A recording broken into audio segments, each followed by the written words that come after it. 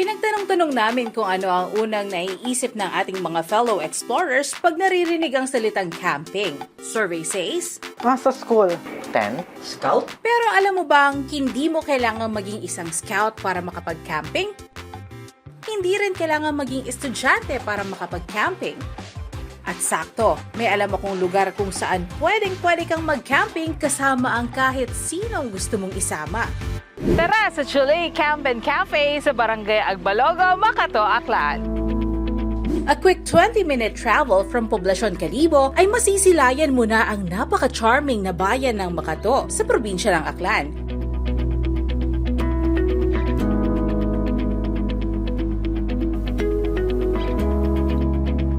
Isa itong chill coastal town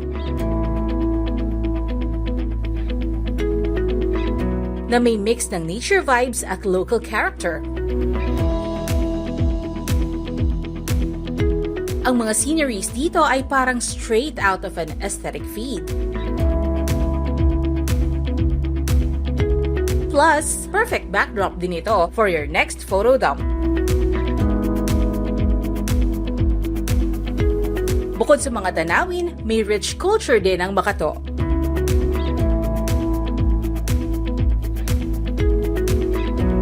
Kaya naman, Macato is that low-key spot na dapat mong i-explore.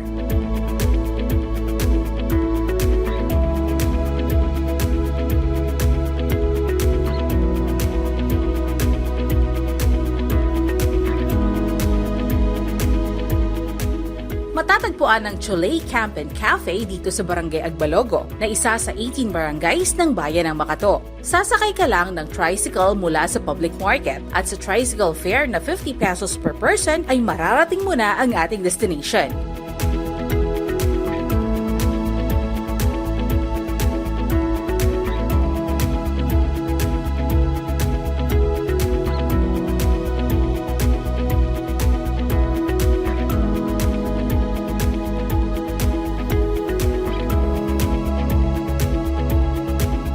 Kita mo naman, sa view pa lang, maiisip mo bang may ganito kagandang camping grounds dito sa Aklan?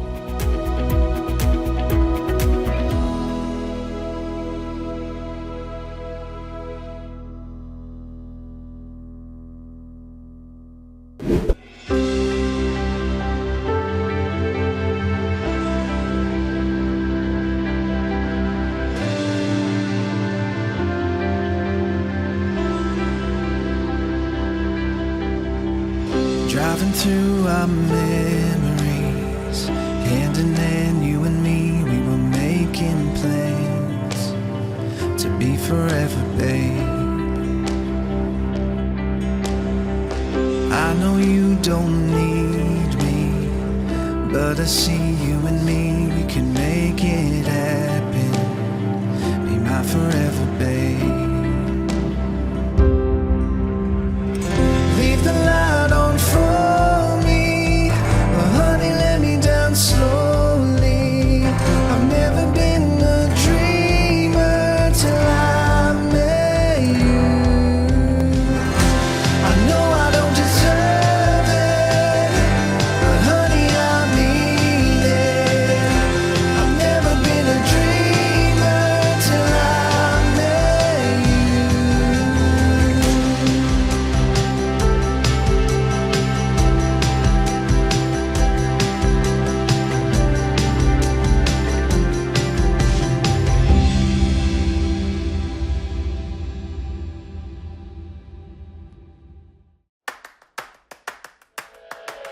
Nagsimula ang Chulay bilang isang tribute sa pinakamamahal na Lola Choleng ng pamilya ni Lay. At nag-umpisa ito sa isang paaralan sa Calibo. Nag-start talaga yung Chulay 2014 sa may NBC Education Building before, pero na-convert na siya into commercial building. So yung NBC Education Building kasi na yan, nakapangalan sa lola namin. Kasi dean siya dati sa NBC. So, Dean Consolacion Tacaria Ureta Building siya. Yung nickname niya kasi is Choleng. So, nag-decide kami na rent ng commercial space that used to be a building na naka-name after sa lola namin. And then we named Chulay tribute na din sa kanya. Ilang mga business ventures na ang sinubukan ng kanilang pamilya at sinubok na rin sila ng ilang mga sitwasyon habang lumilipas ang panahon. Small convenience store lang siya noon, 2014. And then, by 2020, yung mga apo or grandchildren ni Lola Choleng, nag-join forces kami and then nag-come up kami sa business na pop-up festival bar for Ati-Atihan Festival. So, 2020, Ati-Atihan Festival, nag-serve kami ng food and drinks and chill-out space for the Ati-Atihan attendees. 2020, nag-pandemic eh. So, nag-shift naman kami dahil pandemic, nag-shift kami sa online food delivery services. So, Cholay pa rin yung dinala namin pangalan. Hanggang sa naisipan ng pamilya na buksan sa publiko ang Cholay Camp and Cafe sa bayan ng Bacato. Fast forward 2022, nag-decide kami na i-share na lang itong private rest house namin dati. Nowadays kasi nauso na din yung hindi lang dining parang destination and dining. So, ayun, since on top of the hills siya, parang maganda na rin siyang gawing campsite. So, we came up with Camp and Cafe.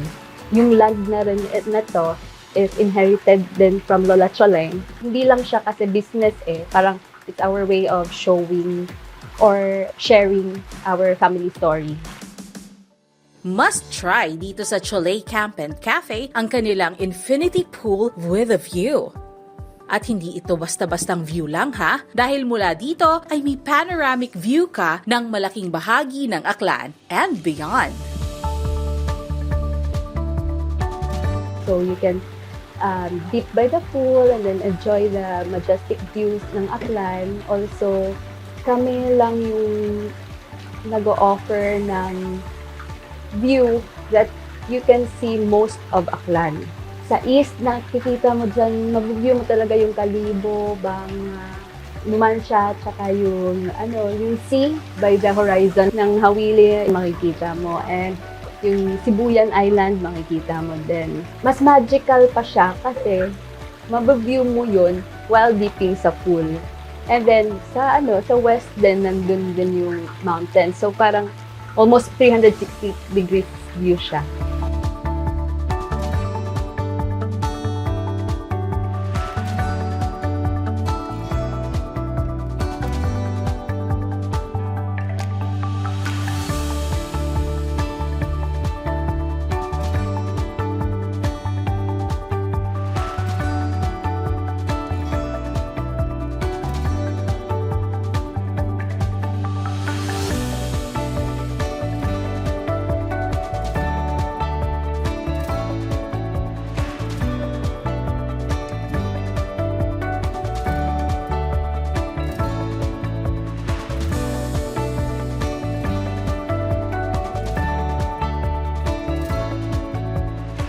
Hindi din mawawala ang mga tents na you can enjoy with your friends and family. We have tents and mga kubo na for camping and may pang overnight, may pang day trip din. So complete na din siya with bedding. Kung hindi mo naman trip ang mag-tent, meron din naman silang mga kubo na swak for you. So we have kubo planning room. Good for 2 siya.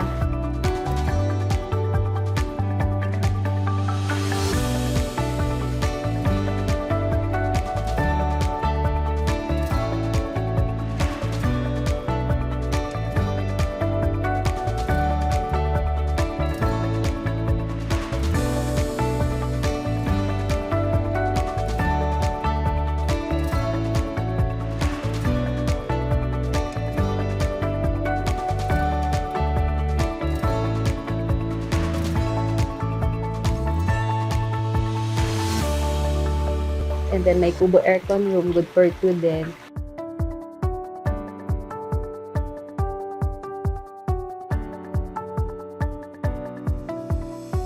And we have Barkada Kubo with exclusive mini pool siya, so good for 6.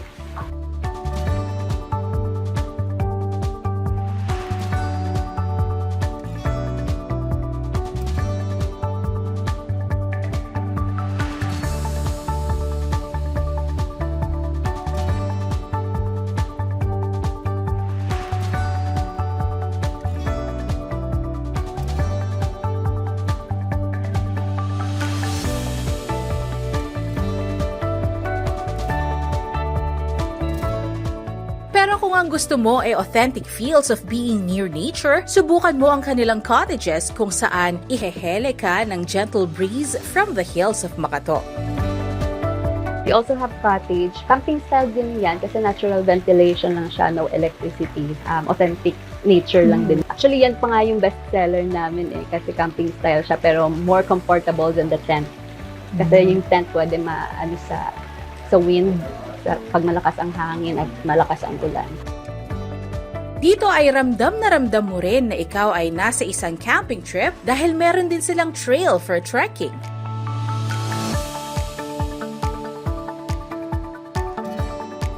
Sa ngayon, tinatry pa namin i-widen yung trail namin for the trekking.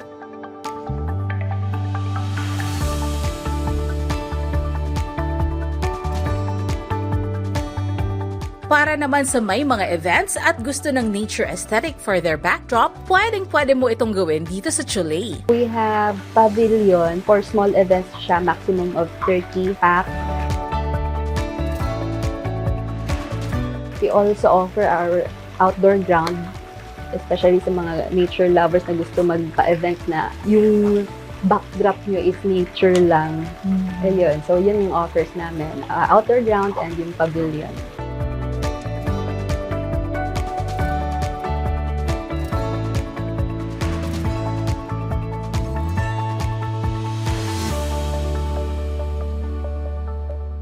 Siyempre, hindi mawawala ang food. Maraming mapagpipilian sa kanilang menu. At meron sila ditong mga pagkaing banyaga at bago man sa ating mga pandinig, tsak namang magugustuhan ng ating mga panlasa. We have our in-house restaurant. A variety of food sa menu namin and we're still upgrading it.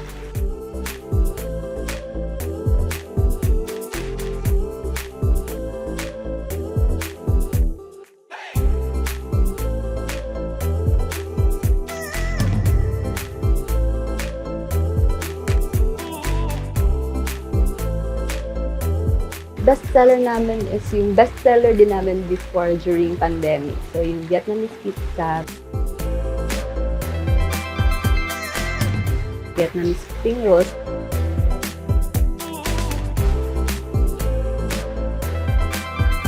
and mango suman.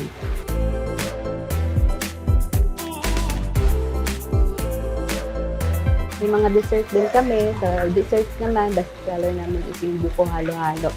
They also serve authentic Aklanon dishes na talagang hahanap-hanapin mo dahil sa sobrang sarap. Ang native chicken binakol at inubaran. Sa sobrang fresh, ang mga pagkain na ito ay sinuserve nilang literally from farm to table. Meron talaga kaming menu na recipe talaga ng mga locals dito. Untouched and served how they cook it at their house. Yun din siguro yung contribution namin sa local na community, yung recipe nila na untouched talaga. So, na yun ang sinuserve namin dito. Just like yung inubarang manok and yung binakol na manok. And nakita ko yung menu nila kanina. Meron kayo ma'am food na pwedeng i-order online and then advance advance. order. Oo, yun yung inubaran saka binakol kasi nga slow cook siya. Untouched siya na hindi namin gustong masira yung recipe ng locals. And al fresco dining kami. So gusto talaga namin makakonect yung mga tao sa nature.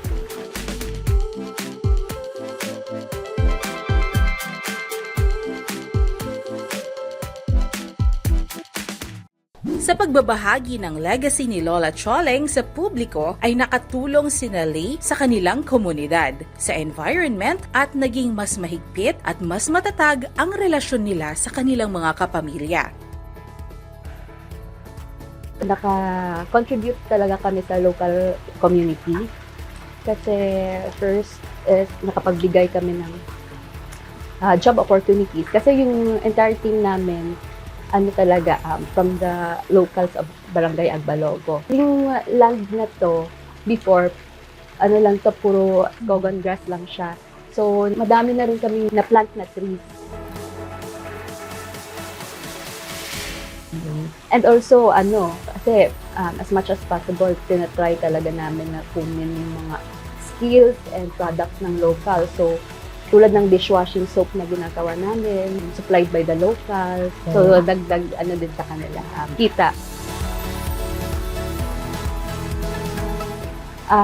Naging tighter kami na cousins and mga siblings ko kasi kami din mismo tumututok dito mula pa sa dati namin mga trinay na business. So, hands-on talaga kami up until now. So, yun, yung bonding, yung connection namin as a family, hindi talaga nawala for 10 years. Dito sa Chole Camp and Cafe, ramdam na ramdam ang aesthetic na simplicity is beauty. And also classy. Simple man ang pamumuhay dito, hindi naman matatawaran ang mga alaalang mabubuo sa napakagandang lugar na to.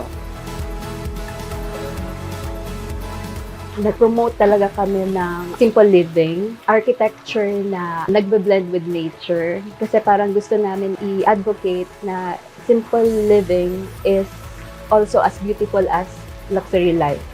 Kaya ng simpleng buhay, feeling ng luxury. And ang maganda dito sa placing nyo is simple living at the same time mas napapalapit ka talaga sa Nature, yes. Madami na rin ngayon na mga nature escape by the mountains, by the hills. Pero I can say na dito kasi more accessible siya. Kasi concrete na rin yung road papunta dito. And yun, it's more of the experience, I can say. Memories na magagawa nyo dito. Madami kayong pwedeng gawin na memories dito with your family and friends.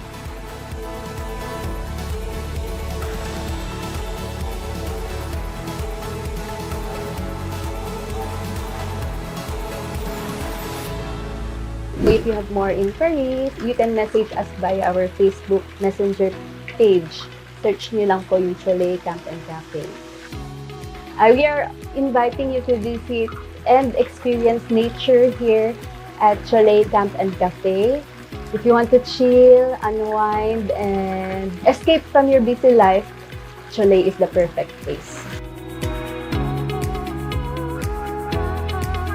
Hindi lang basta camping site o resto ang Chole Camp and Cafe.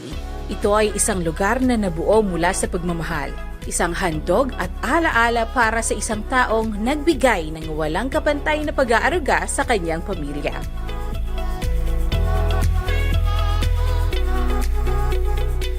At mararamdaman mo ang pagmamahal na ito sa simoy ng hangin, sa masarap na pagkain, at sa mga alaalang na pagsasalu-saluhan sa kahanga-hangang lugar na ito. Dito, bawat tanawin ay paalala na minsan ang tunay na ganda ay nasa mga payak na bagay.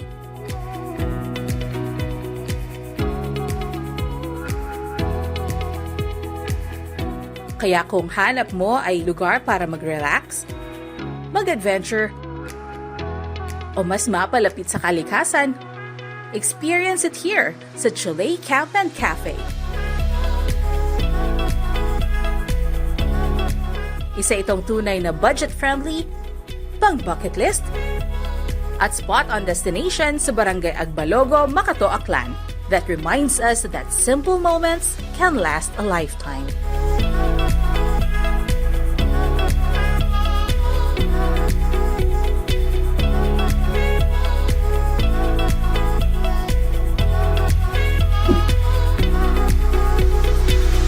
Samahan niyo ulit ako sa susunod upang tuklasin ang Panay, isang biyahe, isang kwento at a time. Ako si Peach Ledesma at ako ang inyong Panay Explorer.